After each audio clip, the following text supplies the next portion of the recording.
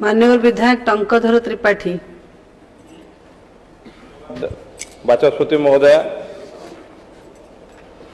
नियंटिया वर्षा देखा जाइछि पश्चिम ओडिशार अनेक अंचल एवं जुलाई मास एटा शेष होबाकू बसलानी। जो हिसाब रे वर्षा हवा कथा से वर्षा है नहीं। मु उदाहरण देखि कहवा पई चाहे, झारसुगुड़ा जिल्ला रे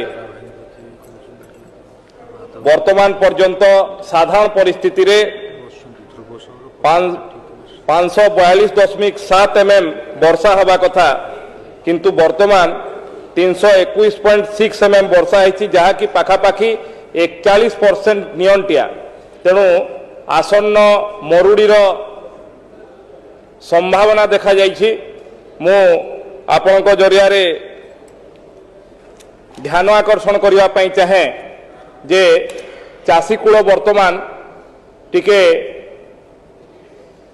आसन्न मरुड़ी संभावनार परिस्थिति रे अछंती। तेणु नियंटिया वर्षा एवं जो भली भाव चाषी माने ये आसन्न मरुड़ी संभावना रे अछंती, ता पई सरकार टिके दृष्टि देबे बोली आपनकर माध्यम रे ध्यान आकर्षण करूछि।